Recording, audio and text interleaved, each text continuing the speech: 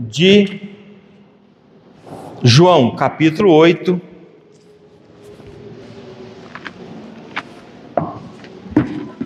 João, capítulo 8, do verso 1 ao verso de número 11.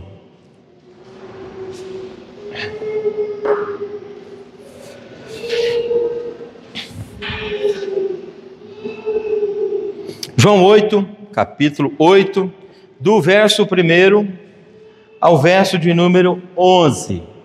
Queridos, olha o que diz a poderosa palavra do Senhor. Jesus, entretanto, foi para o Monte das Oliveiras. De madrugada, voltou novamente para o templo, e todo o povo ia ter com ele, e assentados ensinava. Os escribas e fariseus trouxeram à sua presença uma mulher surpreendida em adultério, e fazendo-a ficar de pé no meio de todos, disseram a Jesus: Mestre, esta mulher foi apanhada em flagrante adultério. E na lei nos mandou Moisés que tais mulheres sejam apedrejadas. Tu, porém, pois, que dizes? Isto diziam eles, tentando para terem de que o acusar. Mas Jesus, inclinando-se, escrevia na terra com o dedo. Como insistissem na pergunta, Jesus se levantou e lhe disse: aquele que dentre vós sem pecado seja o primeiro que lhe atire pedra. E tornando a inclinar-se, continuou a escrever no chão. Mas ouvindo eles esta resposta e acusados pela própria consciência, foram retirados por um, a começar pelos mais velhos até o último, ficando só Jesus e a mulher no meio onde estava. Erguendo-se Jesus, não vendo a ninguém, mas além da mulher, perguntou-lhe: mulher, onde estão aqueles teus acusadores? Ninguém te condenou? Respondeu ela: ninguém, Senhor. Então lhe disse Jesus: nem eu tampouco te condeno, vai e não peques mais. Deus querido, obrigado pela tua palavra, obrigado porque por si só já fala profundamente ao nosso coração. Mas nós carecemos, ó Deus, de uma explanação, e pedimos ao Senhor, meu Deus, que mais uma vez derrame a tua misericórdia, a tua graça, o teu poder sobre nós, dando-nos, ó Deus, o entendimento da tua palavra. É o que lhe rogamos, ó Pai, pedindo que nos dê a unção do alto, o poder para falar da tua parte com autoridade segundo os escritos do Senhor. Nos ajude, traz compreensão para o teu povo, ó Pai. É o que te rogamos nessa hora, no nome bendito, no nome santo do nosso Senhor Jesus. Amém. Meus irmãos, o tema do meu sermão nessa noite é graça que constrange, perdão que transforma. Graça que constrange, perdão que transforma. Interessante, meus irmãos, que o cenário aqui de João capítulo 8, de 1 a 11, o cenário religioso, evidentemente, apresenta dois grupos religiosos, os escribas e os fariseus. Eram os representantes, podemos assim dizer, do judaísmo oficial daquela época. Trazem para o meio daquela conversa uma mulher apanhada em adultério. É o que apresenta o verso número 3. Porém, a grande estratégia desse grupo, tanto os escribas quanto os fariseus, era colocar Jesus à prova. Essa era a intenção desse grupo religioso. Só que, meus irmãos, quando olhamos para a lei de Moisés, conforme Levíticos 20, verso 10, Deuteronômio capítulo de número 22, verso número 22, previa que a pena de morte era para ambos os adúlteros, tanto homem quanto mulher. Porém, os fariseus trazem apenas a mulher, o que já revela, na verdade, a parcialidade e a intenção manipuladora do grupo religioso. Além disso, meus irmãos, A pena capital, na época, só podia ser executada com a aprovação do Império Romano. Só o Império Romano poderia dizer assim: execute. O Império Romano dominava a Judéia naquele tempo, é a informação do capítulo 18, 31 de João. Ou seja, meus irmãos, se Jesus aprovasse a execução daquela mulher, poderia ser acusado de incitar rebelião contra Roma. Se a proibisse, poderia ser acusado de desprezar a lei de Moisés. Então aqui a gente vê uma armadilha tanto no campo jurídico quanto no campo teológico. Era um atrito que estava por acontecer. E nesse texto, meus irmãos, o evangelista João, nós somos aqui levados a entender e a compreender um dos momentos mais profundos, um dos momentos mais lindos, onde a graça de Deus é estendida através do Senhor Jesus. Jesus, meus irmãos, está ensinando no templo. E o local que ele fazia com muita alegria, ele ensinava e de repente ele é interrompido por um grupo de homens furiosos, exatamente esse grupo que eu acabei de citar. Eles pegam uma mulher que foi apanhada em adultério, traz essa mulher para o meio deles. Um tribunal improvisado foi criado naquele ambiente. Os fariseus, a multidão, a mulher e a presença do Senhor Jesus. O fato, meus irmãos, é que a Bíblia nos ensina que todos nós somos culpados diante de Deus. A Bíblia fala que todos pecaram e carecem da glória de Deus. E diante dessa realidade, meus irmãos, podemos dizer também que a Bíblia nos ensina que a salvação é somente pela graça, mediante a fé em Cristo Jesus. E é importante a gente frisar essa mensagem, porque essa mensagem não muda, nunca mudará. Sempre iremos pregar nessa geração ou na próxima geração, meus irmãos, que a salvação é pela graça em Cristo, e somente em Cristo. Esse texto, então, meus irmãos, de João capítulo 8, de 1 a 11, nos leva e nos remete a um retrato vivo dessas verdades.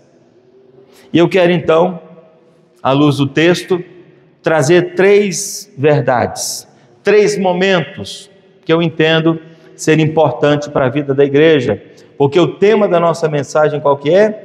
Graça que constrange, perdão que transforma.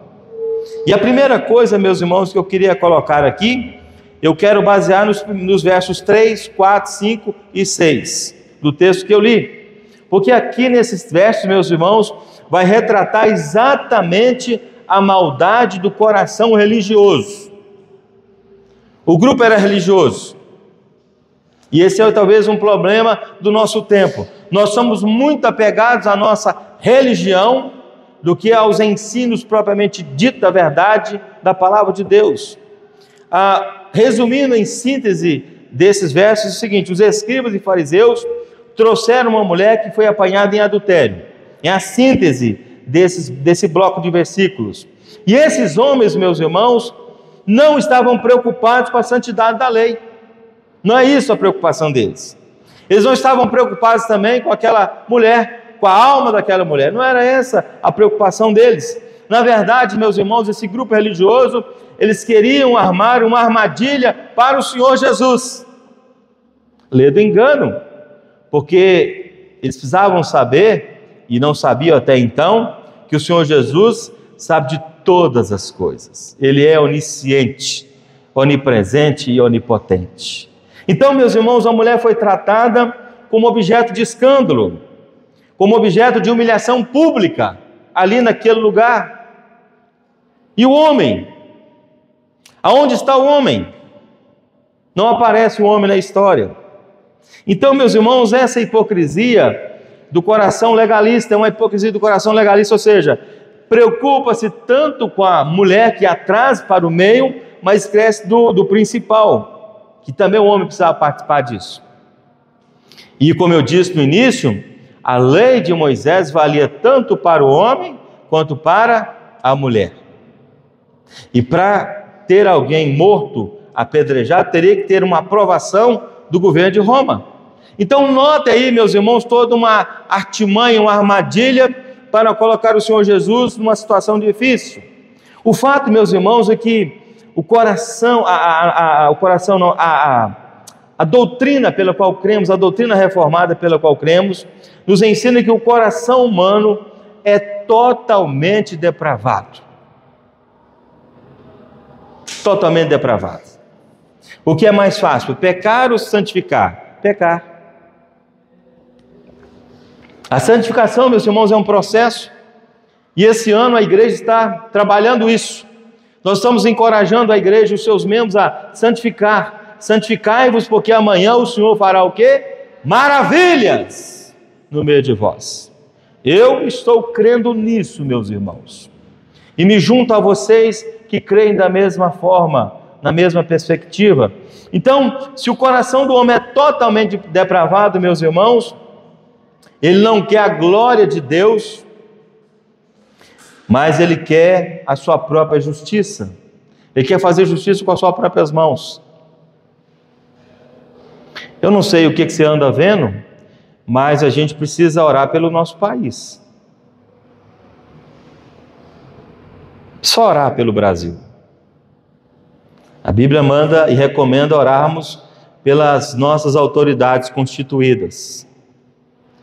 E talvez o grande problema hoje, meus irmãos, seja esse: a falta de critérios em relação à justiça. Estão querendo um lado, ao invés de terem o sentimento comum.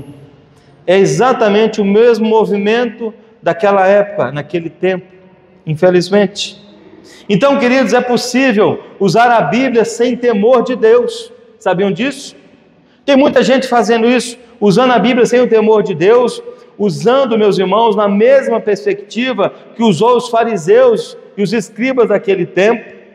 E é possível, meus irmãos, também defender a verdade, mas com motivações erradas.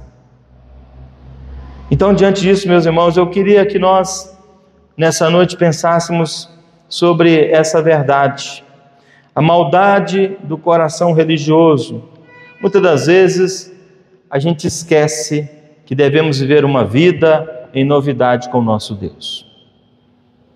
Hoje é o dia que o Senhor fez. Adoremos ao Senhor. Exaltemos o nosso Deus. Ontem já não existe mais, amanhã nem sei se estarei aqui, mas hoje é o dia que eu preciso aproveitar o meu tempo para adorar, para bendizer, para exaltar o Senhor, queridos. E é interessante, meus irmãos, e finalizando essa parte aqui, que cuidado com o espírito farisaico. Cuidado. Ou seja, podemos tornar juízes dos outros, esquecendo que todos nós somos pecadores, carentes da graça do nosso Deus. Somos carentes da graça do nosso Deus. Meus irmãos, João Calvino pregou isso. Martinho Lutero pregou isso.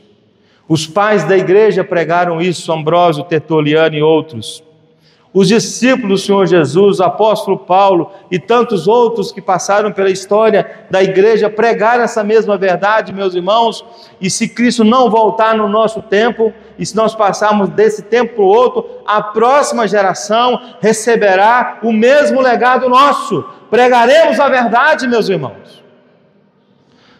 Nós não seremos meramente religiosos, mas crentes em Cristo, vivendo uma vida de compaixão, de amor, segundo os padrões da palavra do Senhor nosso Deus. É nesse sentido. Então agradeça a Deus porque o Espírito Santo tocou em você. Quem não é tocado, meus irmãos, não entende o que nós estamos dizendo. Que tristeza. Mas eu louvo a Deus porque um dia Ele me tocou. Ele tocou na sua vida. E Ele vai tocar em muitos que estão próximos de nós, levando ao arrependimento, levando a entender que precisamos caminhar nessa direção. Então essa é a primeira verdade, meus irmãos, vamos a ter. Mas há uma outra verdade que eu preciso também trabalhar com os meus irmãos, é que a verdade que constrange a todos. se você pegar o capítulo 6, a parte B, diz assim: mas Jesus, inclinando-se, escrevia na terra com o dedo. Verso 7. Como se insistisse na pergunta, Jesus se levantou e lhe disse: aquele que dentre vós tiver sem pecado, seja o primeiro que lhe atire pedra. Verso 8. E tornando a inclinar-se, continuou a escrever no chão. Eu fico me perguntando, o que Jesus estava escrevendo no chão? A Bíblia não fala. Ninguém tirou uma fotografia disso. Não tem. Mas o que ele escrevia no chão? A gente não sabe. Mas o verso 9 diz assim, meus irmãos: mas ouvindo eles essa resposta, e acusados pela própria consciência, foram se retirando um por um, a começar pelos mais velhos até os últimos, ficando só Jesus e a mulher no meio onde estava. Meus irmãos, a verdade que constrange a todos: Jesus, inclinando-se, escrevia na terra com o dedo. É interessante, meus irmãos, que a Bíblia não relata o que ele escreveu. Nós não sabemos o que ele escreveu, mas eu entendo que esse gesto do Senhor Jesus foi poderoso demais. É um gesto poderoso que ele escreve. Ele desarma o clima, meus irmãos, de julgamento com o silêncio, julgamento com o silêncio e sabedoria. E ele fala assim: aquele que dentre vós está sem pecado, seja o primeiro que atire a pedra. Que palavra, meus irmãos, boa, que pode ser muito bem usada no campo jurídico como no campo teológico. E assim a gente pode trabalhar. Um a um, todos se retiraram, do mais velho ao mais moço. Sabe por quê, meus irmãos? Porque a sua consciência os acusava. O que nós podemos afirmar disso, meus irmãos, é que isto é simplesmente a ação da palavra viva. Ação da palavra viva. Jesus, meus irmãos, ele não suaviza a lei, ele cumpria a lei, ele fazia ela ser cumprida. A lei é muito importante. Queridos, nós vivemos um tempo em que as pessoas estão pegando a lei de Deus e usando para os seus próprios benefícios, defendendo as suas teologias, defendendo o seu pecado, defendendo as suas ideias, pegando a própria Bíblia, meus irmãos, e isso aí acaba entrando até em outras áreas, quando as pessoas pegam a lei de Deus e rasgam essa lei. Esse é um problema do nosso tempo. Nós temos muita dificuldade de ater a lei, observá-la e cumprir essa lei, queridos, e nós temos que ser cumpridores da lei de Deus. Em momento algum, homem nenhum nessa terra teve a autoridade dada por Deus para rasgar ou para desconstruir tudo aquilo que o Senhor Jesus deixou ensinado para nós. É ler e cumprir a sua lei e ponto final. Devemos ter minimamente juízo na cabeça para a gente obedecer esse princípio. É interessante, meus irmãos, que Jesus aplica isso a todos e todos caem debaixo dessa condenação. Como eu falei há poucos instantes, Romanos capítulo 3, verso 26, fala assim: todos pecaram e o que mais? Carecem da glória de Deus. Todos. Não tem um homem sequer nessa terra que não tenha pecado. O único homem que pisou nessa terra que não pecou foi o próprio Jesus. Mas já está na eternidade, sentado à destra do Pai o Todo-Poderoso, para vir buscar a sua noiva escolhida e amada. Mas eu preciso me ater também ao ensino do apóstolo Paulo. Paulo, no capítulo 3 de Gálatas, meus irmãos, no verso 24, ele diz assim: a lei nos conduziu a Cristo. Paulo conhecia a lei, mas não conhecia Jesus. O dia que ele passou a conhecer Jesus, ele juntou a lei com o conhecimento de Cristo e se tornou esse bandeirante da fé. 13 cartas. Um homem que amou o Senhor Jesus ao ponto de dizer assim: se eu morrer hoje, eu estou no lucro. O fato, meus irmãos, é que eu e você, a igreja de Cristo aqui presente, é convidada a examinar o seu coração. e a fazer uma pergunta: você tem consciência do seu próprio pecado? Porque Jesus faz uma pergunta dizendo assim: aquele que não tem pecado, que atire o quê? A primeira pedra. Então, meus irmãos, essa é a primeira pergunta. Você tem consciência do seu próprio pecado? Você já foi constrangido pelo olhar santo de Jesus? Porque de repente você olha em volta, você está tentando fazer ali a prática do pecado, e você olha em volta e você não vê ninguém da sua casa. Você não vê o seu pai, não vê sua mãe, não vê o seu pastor, não vê ninguém. Mas o Senhor Jesus está ali com seus olhos em todo lugar. Esse é o nosso Deus, meus irmãos. Esse Deus vivo que nós pregamos em todo o tempo, um Deus onipresente, onisciente e onipotente, meus irmãos. É esse Deus que vê tudo, que sabe como está o seu coração, que precisa de fazer urgentemente um conserto com Deus, melhorar a sua vida cristã, perdoar o seu irmão, amar mais o seu próximo, viver de acordo com os princípios da palavra de Deus, ser mais crente, parar de olhar para os outros e olhar para a sua própria vida e a sua comunhão com Deus. É nesse sentido. Mas eu quero ainda pensar num terceiro item.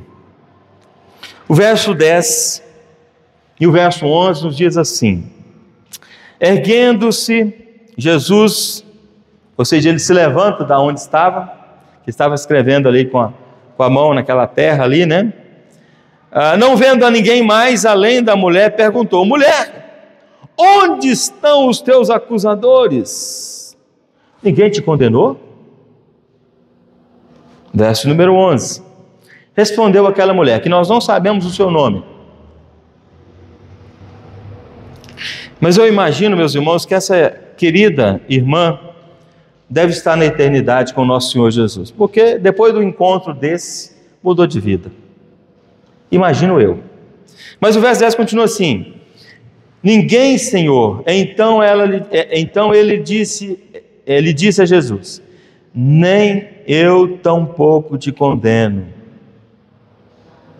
Vai e não peques mais. Em outras palavras, meus irmãos, Ele está dizendo: olha, mulher, você foi pega em adultério, você pecou contra a sua família, contra o seu marido, contra as estruturas da nossa sociedade. Mas estou dizendo para você: não peques mais, querida. Em outras palavras, renda-se ao meu nome, me aceite como seu Senhor e Salvador da sua vida, e assim você terá a alegria, o prazer, a satisfação de ter uma vida sem pecado, uma busca pela santificação e tendo o seu nome arrolado no livro da vida. Algumas expressões me chamam a atenção aqui desse versículo. Diz assim: mulher, onde estão os teus acusadores? Ninguém te condenou? Ninguém, Senhor, é o que responde. Nem eu tampouco te condeno, vai, não peques mais. Então, meus irmãos, aqui na minha modesta opinião, está o coração do Evangelho. Cristo é o único sem pecado. Todo mundo tinha pecado, mas quem não pecava, ficou, que é Jesus. Ele falou assim: mulher, eu também não vou lhe condenar por isso, vá e não peques mais. Eu penso que naquele momento, o Senhor Jesus, que conhece todas as coisas, olha para o mais íntimo do coração daquela mulher e diz assim: eu sei que você está arrependida do seu pecado. Porque todo aquele que tem um encontro com Cristo, todo aquele que tem um momento com o Senhor Jesus, ele tem essa oportunidade de entregar a sua vida a Jesus. Então, meus irmãos e minhas irmãs, ele poderia ter atirado a pedra, mas ele não veio para condenar o mundo, mas veio para salvar. O evangelista João, no capítulo 3, verso 17, fala dessa realidade, meus irmãos. Ele não quis que o pecado dela, ele não disse que o pecado dela era mais grave. Qual a diferença de um adultério por uma mentira? Para Jesus é a mesma coisa, pecado. E como disse o profeta Isaías lá em 59, isso separa você de Deus. Por isso Jesus fala assim: não peques mais. É uma luta, né, meu irmão, contra o pecado. O apóstolo Paulo chega a dizer que o pecado nos assedia a todo instante. O pecado nos assedia. E eu queria te encorajar nessa noite a abandonar o seu pecado em nome de Jesus. Qual é o seu pecado? Qual é o pecado que você guarda no seu coração? Ou melhor, que você guarda no porão do seu coração, aonde ninguém vê, a não ser o único Deus vivo e poderoso, que é Jesus. Como é que está o seu coração? Quais são as imundícias que ali estão, que você precisa jogar para fora e alvejar isso com o sangue de Cristo? Limpar, purificar. O fato, meus irmãos, que perdão não é permissão para continuar no erro. Perdão é para dizer assim: eu pequei e não quero pecar de novo. Me perdoa e eu quero a ajuda do Senhor. Então, perdão, meus irmãos, é libertação para viver em santidade. É difícil, porque a Bíblia fala que a nossa carne milita contra o Espírito. E a sua carne deseja pecar. É por isso que todo aquele que entrega a sua vida a Cristo, ele passa agora a ter o auxílio do Espírito Santo para lhe fazer entender e compreender e ter forças para vencer o pecado. E muitas das vezes isso exige choro, de joelhos diante de Deus. Em Deus, eu não aguento mais pecar contra o Senhor. Me liberta disso, Senhor. E Deus pode te libertar. Porque o Senhor Jesus fez isso ao longo do seu ministério e continua fazendo isso todos os dias. Em todos os continentes desse mundo que moramos. Todos os dias há festa no céu quando um pecador se arrepende dos seus pecados, porque o nome do Senhor Jesus está sendo pregado. Meus irmãos, Efésios capítulo 2, verso 8, 9 e 10, a síntese é: pela graça sois salvos, não para as obras, mas salvos pela fé. Não é obras que te levam para a eternidade. As obras acompanham aqueles que são crentes, mas é pela fé que somos salvos. A mulher foi perdoada, meus irmãos, diante da multidão. Ela saiu dali sem culpa, não porque não pecou, mas porque Jesus a justificou. Então, se você ora a Deus, meu Deus, me liberta, e o diabo lhe acusar de novo assim: olha, diabo, o Senhor Jesus morreu na cruz, Ele me justificou e eu o sirvo, então eu amo meu Deus, eu quero servir ao meu Deus, eu estou justificado em nome desse Deus. Eu quero finalizar esse ponto fazendo aqui algumas colocações. Você já ouviu a voz graciosa de Jesus? Ele já